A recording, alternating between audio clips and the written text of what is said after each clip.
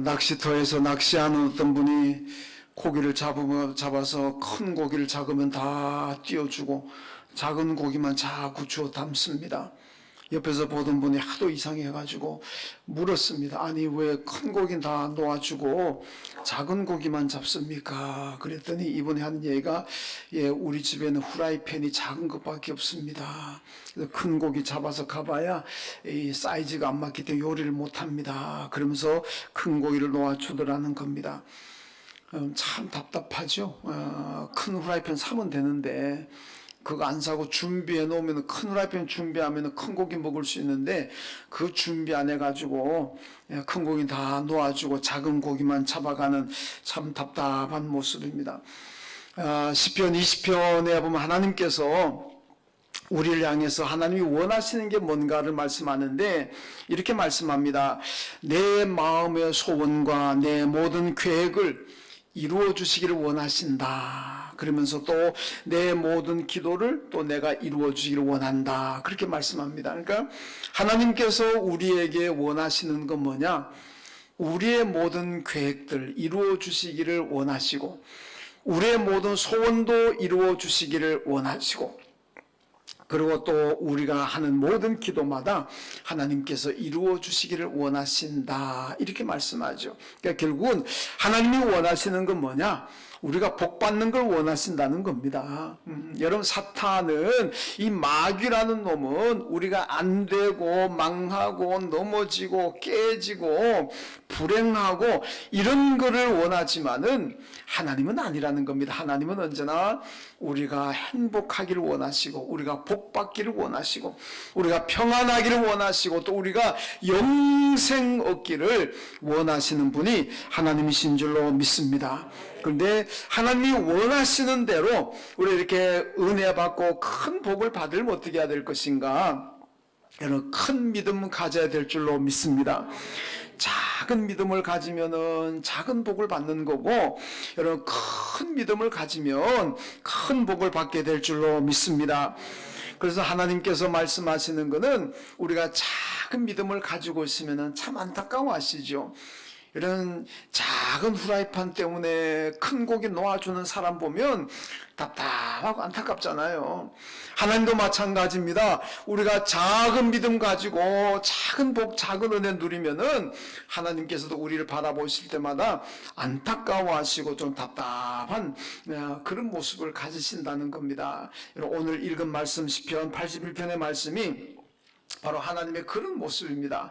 이스라엘 백성들 하나님 바라보시면서 답답하다는 겁니다. 안타깝게 바라보시는 겁니다. 좀 크게 큰 믿음을 가지고 하나님을 통크게 좀 섬기면은 여러분 이게 하나님께 복을 많이 주시려고 그러는데 조그마한 믿음 가지고 있으니까 하나님이 답답하게 보시는 그 모습이 오늘 본문입니다. 그럼 제가 언젠가도 이 말씀 드렸습니다만은 우리 교회를 이 건물을 건축한 회사 이름이 통큰 회사입니다. 통큰 건설입니다. 통큰 건설. 그러니까 이 통큰 건설이 지은 이 성전 안에 있는 우리 예한교회 교인들의 믿음은 어떠해야 되겠습니까? 통큰 믿음을 가지고 통큰 건설에서 지었으니까 우리의 믿음도 통이 커야 될 줄로 믿습니다. 그럼 하나님이 답답해하지 않습니다. 안타까워하지 않으신다는 말씀입니다. 여러분 자 오늘 본문이 바로 하나님께서 답답해하시는 모습인데 자 본문 10절을 읽겠습니다. 자 10절 읽습니다. 시작. 나는 너를 애굽 땅에서 인도하여 낸 여호와 내 하나님이니 내 입을 크게 열라 내가 채우리라 하였으나 아멘. 입을 크게 열어라 내가 채우리라 요까지는 딱 좋은데 그 다음에 하였으나 이 말이 붙어 있습니다. 이 말씀부터 하였으나가 붙어 있다는 건 그 다음에 어떻게 전개될 거라는 거를 아마 여러분 문맥상으로 대충 이해가 되실 겁니다. 자, 오늘 하였으나는 그 다음에 보고 여기 10절 말씀은 하나님께서 내 입을 크게 열어라 내가 채워줄게 그러면서 그 앞에 하나님이 어떤 분인가를 설명합니다. 하나님은 어떤 분이냐? 이스라엘이 애굽에 종되었던 이스라엘 백성들을 출애굽시킨 하나님이십니다. 그러니까 대단한 능력자라고 대단한 전능하신 하나님입니다. 이 전능하신 하나님께서 내 입을 크게 열어라. 여는 대로 내가 채워주겠다. 이렇게 말씀하고 있습니다. 여러분, 이스라엘의 출애굽이라는 것이 순탄한 게 아니잖아요. 쉽게 했습니까? 아닙니다. 바로 모세가 바로왕에 가가지고 야, 왕이시여, 우리 백성들을 출애굽시켜 주십시오. 그렇다고 바로왕이 알았다 데려가라 그렇게 했습니까? 아니잖아요. 10가지 재앙이 내려가지고 애굽 전역이 초토화되고 자기의 장자까지도 다 죽어나갔습니다. 애굽 전역이 그냥 곡소리가 나고 그냥 원망과 그냥 가득합니다. 이렇게 되고 난 다음에 어쩔 수 없이 마지못해서 이스라엘을 출애굽시켰잖아요. 결국 순탄지 않습니다. 하나님께서, 전능하신 하나님께서 이 10가지 재앙을 내리지 않으셨다라면은 이 바로왕은 이스라엘 백성들을 절대로 해방시키지 않습니다. 그런데 그렇게 하나님의 큰 기적으로 두드러 맞으니까 어쩔 수 없이 해방을 시킨 거잖아요. 이 10가지 재앙 가운데서 하나님이 얼마나 능력자시고 전능자이신가를 이런 보여주고 있습니다. 물론 출애굽에서 광야 40년 지나면서도 하나님의 놀라운 기적이 막 임하잖아요.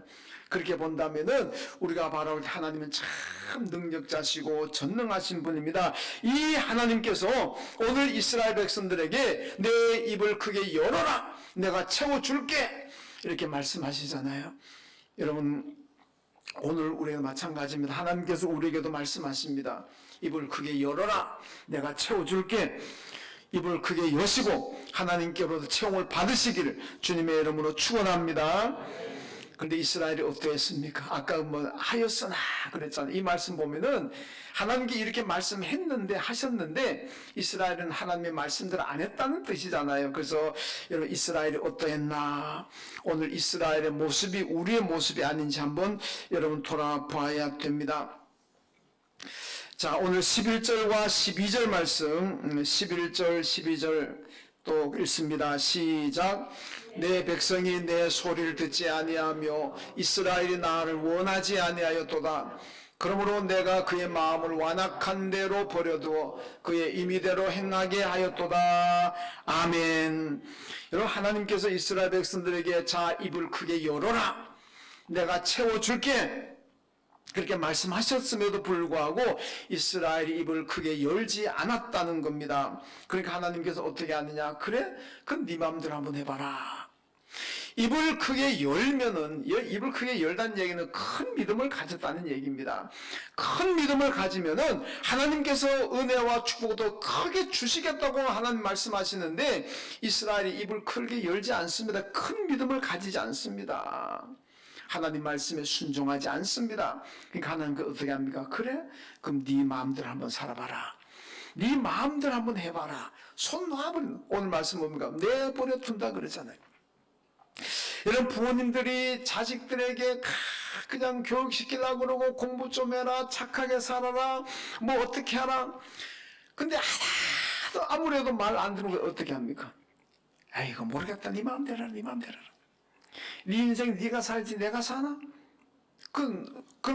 물론 잠깐 너무 또 화나니까 그럴 수도 있지. 계속 그러진 않겠지만은 하여튼 부모님들은 그럽니다. 되게 그럽니다.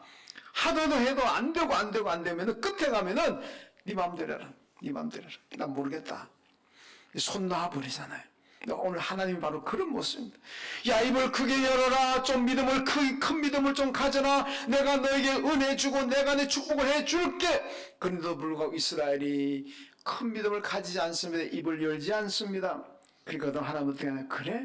그럼 니네들 마음대로 한번 살아봐라. 내 마음대로 해라. 이것이 오늘 11절과 12절의 말씀입니다. 그러면서 하나님께서 이스라엘 붙잡았던 손을 그냥 놓아버립니다. 여러분, 아이들 데려가다가 아이 손 놓아버려, 어린 아이들 손 놓아버려, 아이가 넘어지고 쓰러지잖아요. 이스라엘 백성들 어린 아이와 같은 사람들입니다. 하나님께서 손 놓아버리면은 그들은 쓰러지고 넘어지고 결국 멸망할 수밖에 없습니다. 시편 73편에 보면 시인이 그렇게 고백합니다. 주께서 내 오른손을 붙잡으셨기에 내가 안전하다, 이렇게 고백합니다. 여러분, 전능하신 하나님께서 여러분의 손을 잡아주시고 저의 손을 잡아주시고 그렇게 인도하시고 이끌어 가신다면 우린 넘어지지 않습니다. 쓰러지지 않습니다. 안전하게 인생을 살게 될 줄로 믿습니다. 하나님께서 내 손을 잡아주시는 것이 축복이고 그게 요즘으로 대박나는 인생입니다. 우리가 하나님께서 자꾸 말씀 안 돼도 불구하고 안 듣고 불순종하다 뛰쳐나가려 그러면은 하나님께서 하다 안 되면 어느 순간에 그래 네 맘대로 해라 손 놓아버릴 수가 있다는 거죠. 하나님께서 손 놓아버리면은 그 다음에 우리에게 닥치는 것은 자명합니다. 넘어지고 쓰러지고 망하는 길밖에 더 있겠습니까? 그러니까 하나님께서 손 놓지 않도록 해야 된다는 말씀입니다. 하나님께 손을 붙잡히게 된 사람, 하나님께서 손을 잡아주는 사람, 그런 사람들이 진정으로 복 있는 사람인 줄로 믿습니다. 하나님께 붙잡힌 사람이 복이 있어요. 여러분, 1942년에 한 남자가 프랑스 파리의 길을 걷고 있습니다. 이 사진 한번 띄워주시죠. 멋있는 사진 하나 띄워주십시오. 내 길을 가다 보니까 저겁니다. 자전거, 어느 사람 타다가 자전거 고장나니까 자전거를 그냥 버려뒀습니다. 버려뒀어요. 근데 이 남자가 다 보는 그 자전거를 가지고 와가지고 작품을 만들었습니다. 저 작품이, 저 머리가 이 황소인데 머리는 자전거 안장입니다. 그리고 이 뿔, 저 뭐 같습니까? 자전거에, 예, 아, 손잡이라고 그럽니까? 예, 예, 핸들. 예, 손잡이든 핸들이든. 좌우지간, 저 황소의 머리는 안장이고, 저 뿔은 핸들입니다. 이를 가지고 딱 황소 머리라는 작품을 만들었습니다. 이 남자가 누구냐면은 입체파 미술가 대가 피카소라는 사람입니다. 피카소가 이 자전거, 폐자전거를 가져다가 딱 저 작품을 만들었는데 이게요, 1940년대 이 작품을 만들었습니다. 한 50년 지나가지고 1992년 런던 경매장에서 놀라지 마십시오. 저게 300억에 낙찰되었습니다. 놀랍지요? 버린 자전거입니다. 여러분이 길 가다가 자전거 버린 거 가지고 와서 똑같이 만들어 보세요. 얼마 받겠는가? 누가 돈 만 원이라도 주고 사갈까요? 여러분, 그런데요, 피카소라는 거장이 만들어내니까 300억에 낙찰이 되는 겁니다. 여러분, 이게 뭘 의미합니까? 누구 손에 붙잡혔느냐가 중요한 거예요. 그 파리의 자전거 제가 제 손에 붙잡혔더라면 아무것도 아닙니다. 고철가루로 넘어가는 거예요. 그러나 피카소의 손에 붙잡히니까 어마어마한 가치를 만들어내잖아요. 여러분, 사람도 마찬가지입니다. 우리가 누구 손에 붙잡히느냐. 마귀의 손에 붙잡히면 우리는 어디 가도 천덕꾸러기입니다. 가치가 없어요. 그런데 하나님의 손에 붙잡힌다면 저 황소머리보다 더 존귀하고 더 보배로운 가치를 가진 성도가 될 줄로 믿습니다. 그러니까 우리는요, 다 하나님께 붙잡아야 돼요. 하나님께서 내 손을 붙잡아 주실 때에 감사하고 그게 축복을 알아야지 자꾸 하나님 실망시키고 말씀 불순종하게 되고 어느 순간에 하나님 오늘 말씀처럼 손 놓아버리면은 그때 우린 정말로 버려진 자전거 같이 아무런 쓸모없는 인간이 된다는 말씀입니다. 그래서 누구에게 붙잡혔나가 중요합니다. 여러분, 사도 바울이 원래 사울이었잖아요. 이 사람이 예수 만나기 전에는요, 기독교 최대 박해자입니다. 그래서 예수 믿는 사람을 잡아 가두고 죽이고 때리고 악랄한 짓 다 하던 사람입니다. 정말 기독교의 입장에서 본다면 쓰레기 같은 사람입니다. 그런데 그가 성령에 붙잡혔습니다. 바울이 고백하잖아요. 내가 성령에 붙잡힌 바 되었다. 성령 하나님께 붙잡히니까 그 쓰레기 같은 인생을 살던 사람이 기독교 역사에서 최고의 믿음을 가진 사람으로, 최고의 전도자로 하나님께 얼마나 존귀하고 얼마나 보배롭게 쓰임 받았습니까? 여러분, 하나님께 붙잡히고 성령께 붙잡히는 사람들이 복인 줄로 믿습니다. 시편 16편에서 다윗이 이런 고백하잖아요. 땅에 있는 성도는 존귀하다 그럽니다. 여러분, 땅에 있는 성도가 왜 존귀합니까? 여러분, 우리가 다 땅에 살고 있잖아요. 우리가 안 믿는 사람보다도 더 좋은 옷을 입어가 존귀합니까? 더 높은 위치에서 존귀합니까? 돈이 더 많아가지고 존귀합니까? 아닙니다. 우리보다도 더 좋은 집에 더 돈 많고 더 높은 지위에 있는 사람들, 우리보다도 더 고가의 화장품 쓰는 사람들 얼마든지 많이 있습니다. 엄청 많습니다. 그런데 왜 우리가 존귀합니까? 우리는 성령께 붙잡혀 있고 하나님께 붙잡혀 있기 때문에, 전능하신 하나님의 손에 붙잡혀 있기 때문에 우리는 존귀하고 여러분 보배로운 성도인 줄로 믿습니다. 여러분, 그래서 하나님께 붙잡혀 있다는 것을 감사하게 생각하시고 벗어나려고 생각하지 마십시오. 당자가 아버지 손에 있고 아버지 집에 있을 때 그게 행복인 줄도 모르고 그게 축복인 줄도 모르고, 마치 지가 그게 나가면은 행복한 자를 뛰쳐나갔지만 어떻게 되었습니까?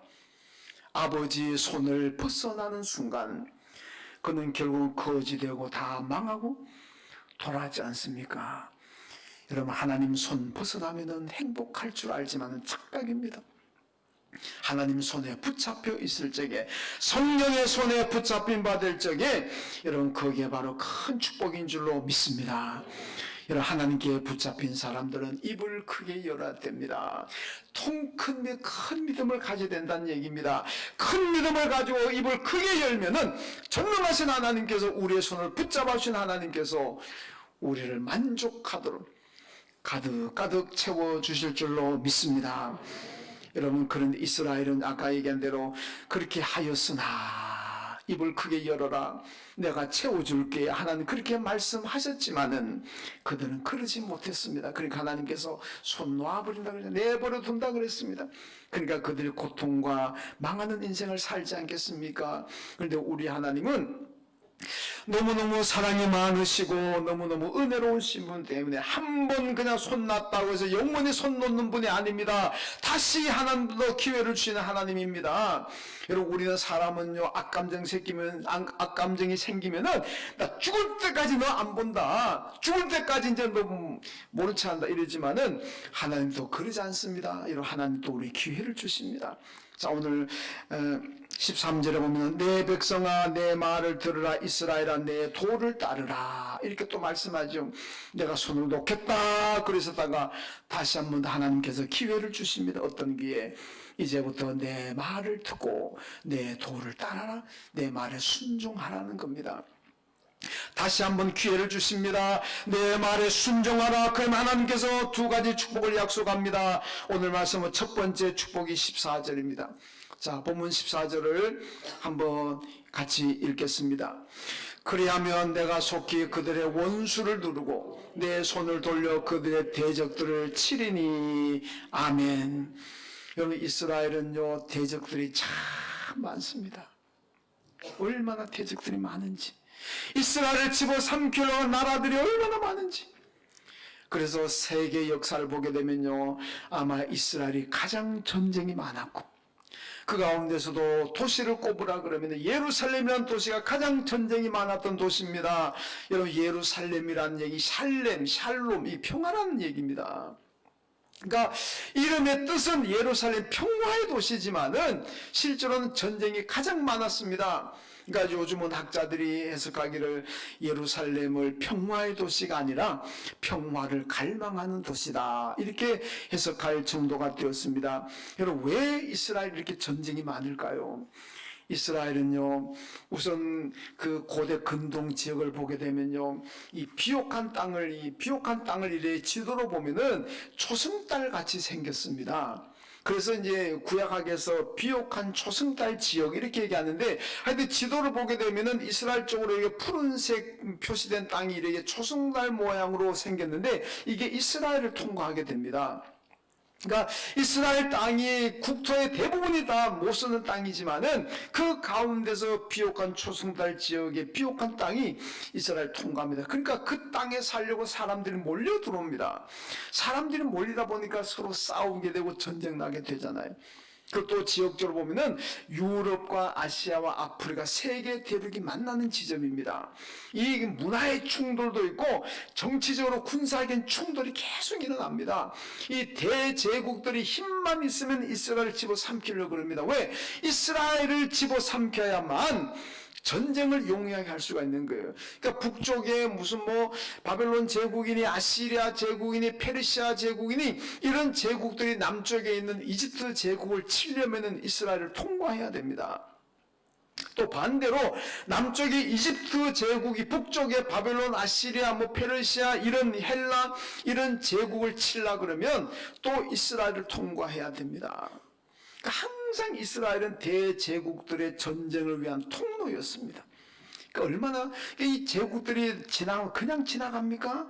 아니잖아요. 지나가면서 그냥 소도 잡아먹고 곡식도 빼앗아 먹고 사람도 죽이고 불도 찔러버리고 방화하고 한 번씩 지나가면은 이스라엘이 그냥 얼마나 큰 피해를 입는지 모릅니다. 그러니까 이스라엘이 그것 때문에 얼마나 불안하고 얼마나 스트레스 받겠습니까? 그러니까 여러분 요시야 왕이 애굽의 바로인 느고가 갈기미스에 가가지고 바벨론과 전쟁하기 위해서 이스라엘을 통과하는데 이게 이 요시야 왕이 열받아가지고 무기토에서 막아버렸습니다. 왜 니네들 전쟁하는데 왜 우리를 통과하느냐? 바다로 돌아가든지 딴 데로 가라. 왜 우리 국토를 침범하고 통과하느냐? 못 간다. 막아버렸습니다. 그러니까 이 느고가 요시야 왕에게 야, 우리는 너하고 전쟁할 생각 없다. 길만 좀 틔워주라. 근데 요시야가 안 틔워줍니다. 못해. 못 가.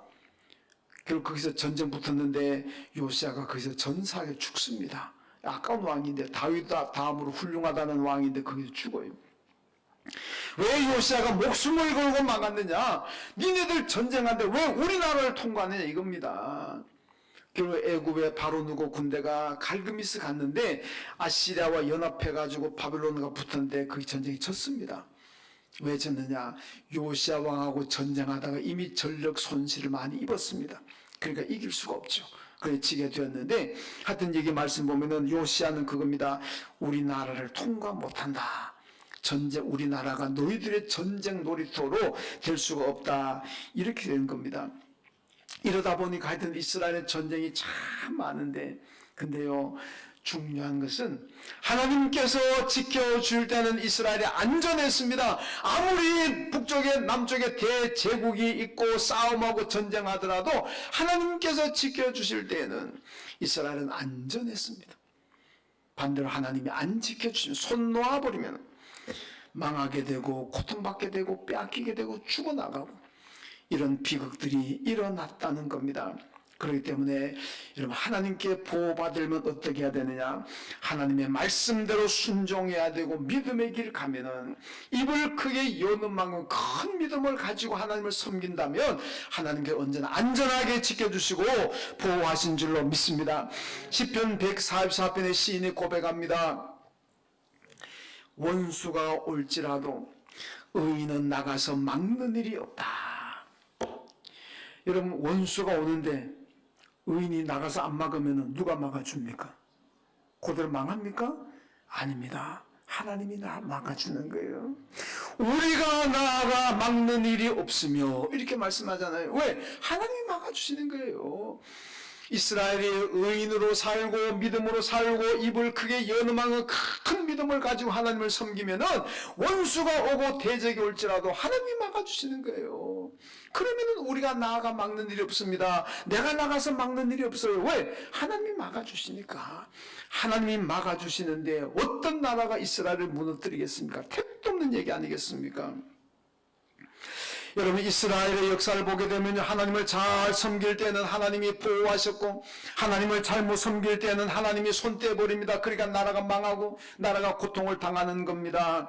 여러분 이거 성경을 보면요 이 여호사밧이라는 왕이 있는데 이 여호사밧이 왕이 딱 즉위하자마자 성경 교사들을 선발해가지고 성경 교육식 요즘 말로 세미나 합니다. 세미나 해가지고 성경을 잘 가르칩니다. 그리고는 전국에 파송해가지고 이 파송받은 성경 교사들이 동네 곳곳 오지 섬 다 돌아다니면서 사람들 모아놓고 성경 가르치고 말씀에 순종하도록 했습니다.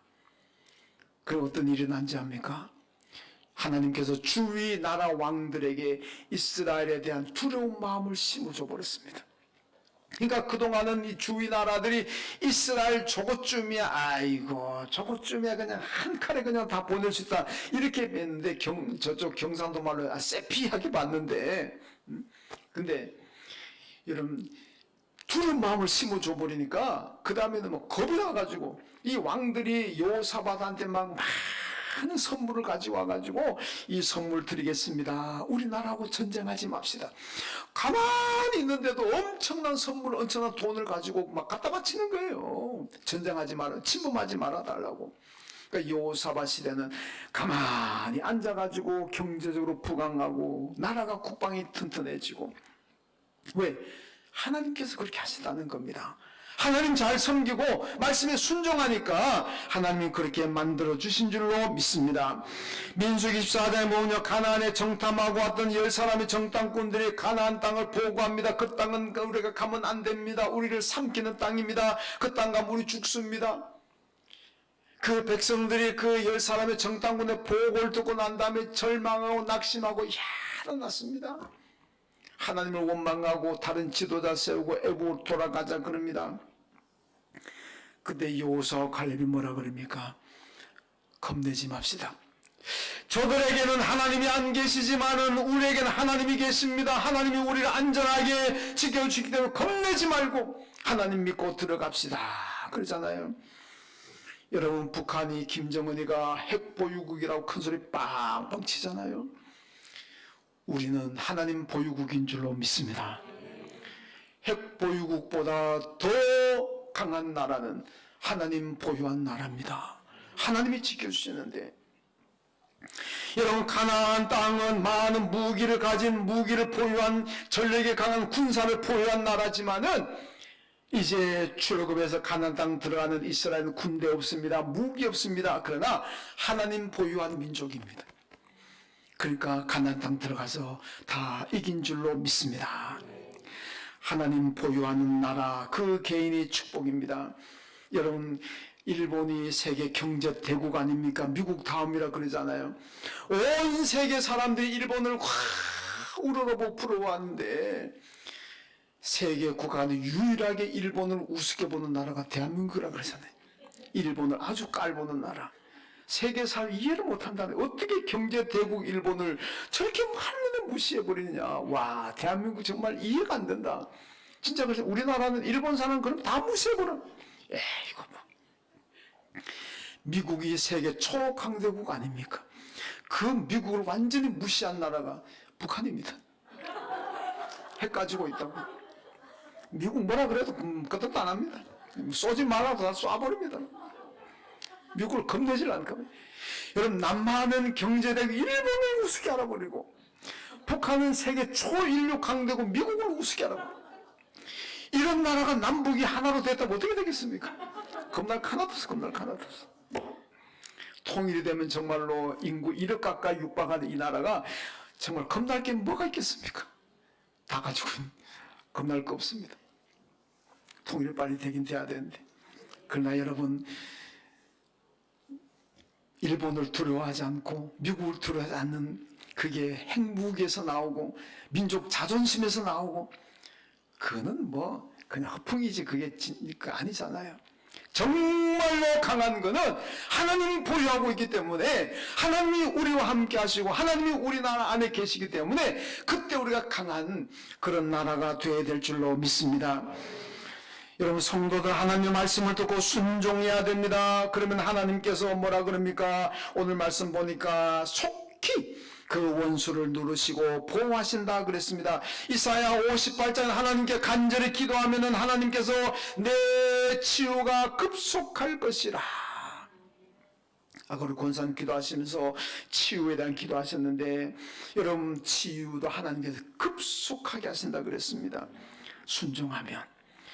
기도했는데 천천히, 나는 지금 아파 죽겠는데, 지금 오늘 죽아 내일 죽을지도 모르는데 천천히 하면 그것도 야단이잖아요.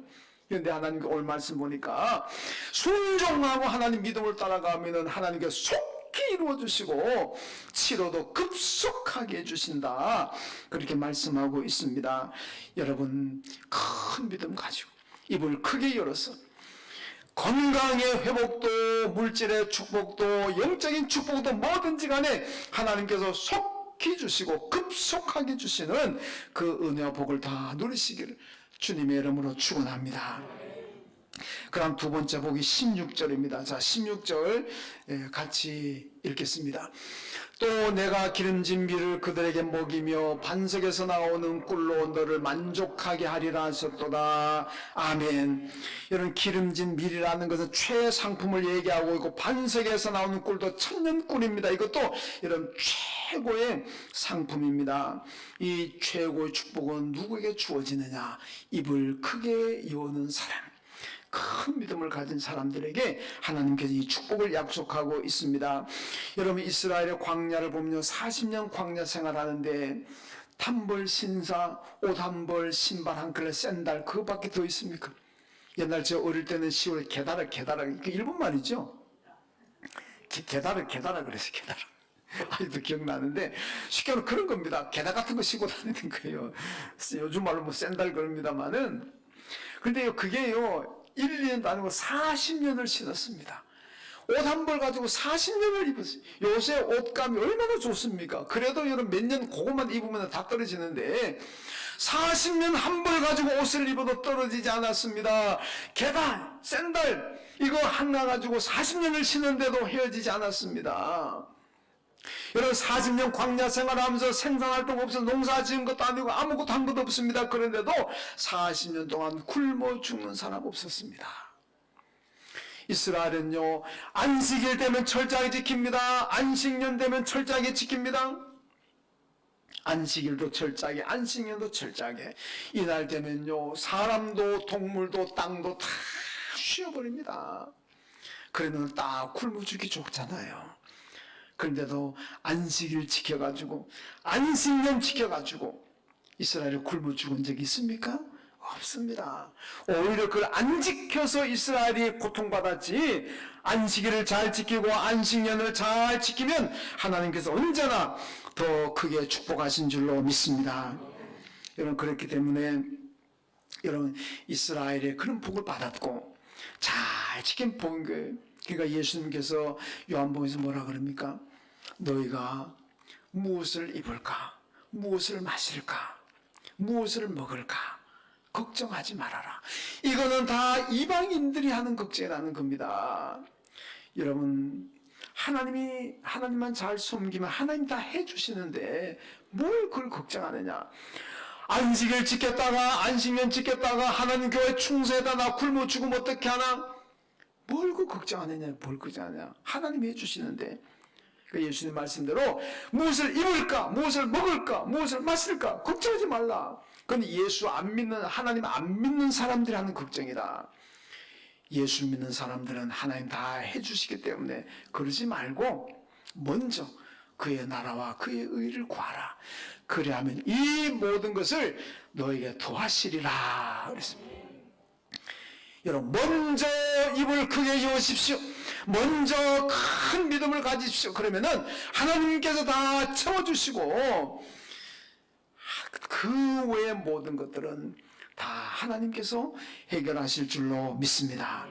우리 성도들은 안 된다, 힘든다 하지 말고 하나님 말씀에 잘 순종하십시오. 그것이 입을 크게 여는 통 큰 믿음입니다. 그러면은 하나님께서 채워주십니다. 여러분, 어떤 믿음이 정말 입을 크게 여는 믿음, 통 큰 믿음입니까? 여러분, 외경에 보면요, 예수님께서 제자들과 함께 가다가 산을 올라가는데 산을 오르기 전에 이미 제자들이 배가 고픕니다. 와, 배고파 미치겠다 그러는 거예요. 빨리 뭐 좀 먹을 거 안 주시나. 근데 예수님께서 제자들에게, 자, 이제 우리 산 정상에 올라간다. 그래서 돌을 하나씩 주워 가지고 가라. 돌이 크면 클수록 좋다. 그 올라가자는 거예요. 제 돌을 다 줬는데 전부 다 머리 쓰는 거예요. 아이고, 지금 배고파 죽겠는데 정상까지 올라가면 더 배가 고플 터인데 큰 돌을 가지고 올라가면 어떻게 올라가냐? 요만한 돌 하나 주고 복에도 넣고 올라갑니다. 근데 베드로는요, 예수님 말씀대로 하는 거예요. 말씀대로. 그러니까 이따만 돌을 가지고 올라가는 거예요. 끙끙 올라가니까 다른 제자들이 베드로를 보면서 아휴, 저 미련한 놈, 저 바보 같은 놈, 그렇다고 고지 듣나, 저런 미련한 놈 저거 어디다 쓰려고 저러냐, 막 욕하고 조롱하고. 그래도 베드로는 예수님 말씀대로 그냥 큰 돌이면 클수록 좋다 그러니까 그냥 끙끙 올라가는 거예요. 산 정상에 올라갔습니다. 예수님께서 돌을 가지고 앞에 놓아라 놓고 나왔습니다. 기도하자. 그리고 예수님 기도하시면서 하나님, 이 돌이 다 떡이 되게 해 주십시오. 아멘. 그랬더니 다 떡이 됐네. 요만한 돌 가지고 올라온 제자들이 이게 먹고 뭐 얼마나 배가 고픕니까? 쫙 배에서 꼬르륵. 베드로는 이따만 돌 가지고 왔으니까 막 배 터지는 뭐 배. 그 베드로가 다 먹은지 나눠줬는지는 뭐 외계 더 이상 얘기는 없기 때문에 모르겠습니다만은, 이게 사람들이 볼 때 베드로가 얼마나 미련합니까? 그런데도요, 그게 예수의 말씀이기 때문에 미련하다 소리 듣고 조롱받고 바보 같다 그래도 예수의 말씀이기 때문에 그 말씀대로 큰 돌 힘들고 어렵지만 큰 돌 가지고 올라간 거예요. 이게 여러분 큰 믿음입니다. 이게 입을 크게 여는 믿음이에요. 우리 이런 믿음을 가져야 될 줄로 믿습니다. 다윗의 아들 솔로몬에게 마지막 유언하면서 너는 힘써 대장부가 되라 그랬잖아요. 그게 대장부의 믿음이 그런 겁니다. 대장부가 무슨 어디 뭐 싸움 잘하는 그런 게 아니고 그냥 하나님의 말씀대로 하는 거. 베드로처럼 예수의 말씀대로 가는 거. 이게 대장부의 믿음입니다.